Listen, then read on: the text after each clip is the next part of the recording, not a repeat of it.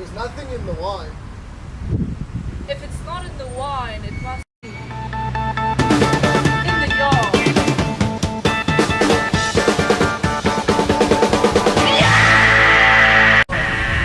You mean the vineyard? Yes, the vineyard.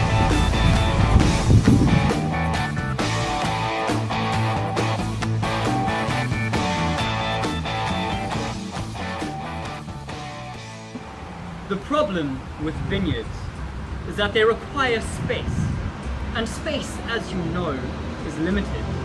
Thus, the natural vegetation is very often lost to these vineyards. Pesticides lead to the loss of soil fertility and eutrophication.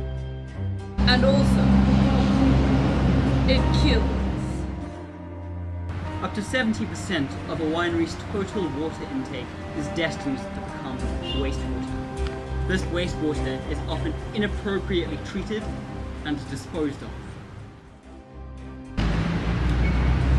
It's no use whining about it, but the production of wine requires a lot of electricity, not to mention the fact that it produces a huge amount of greenhouse gas. It would seem they made some poor decisions.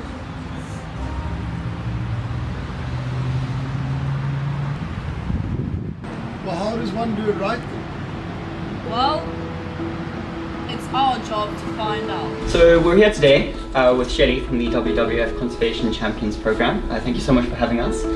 And we're just here to learn a little bit more about what this program entails. Okay, so the overall aim is really to try and reduce the impact that the agricultural industry has on the Cape Flower Kingdom, because 95% of the wine is grown here in the Cape Flower Kingdom, and obviously it's a biodiversity hotspot. So to try and do that, we need to raise awareness and try and inform the farmers about why it's so important. We sit with them and we discuss what they're farming, how they're farming, where they need our support, and we co-develop an environmental management plan that covers biodiversity, invasive aliens, water usage, energy usage, and all the agrochemicals and all of that kind of carbon footprinting side of things. We can say that basically for every hectare under vineyard in the Western Cape, there's over 1.4 hectares in conservation. So I think that's a pretty positive stat. There's the app as a go-to. There's obviously our website, www.org.za, and then Conservation Champions.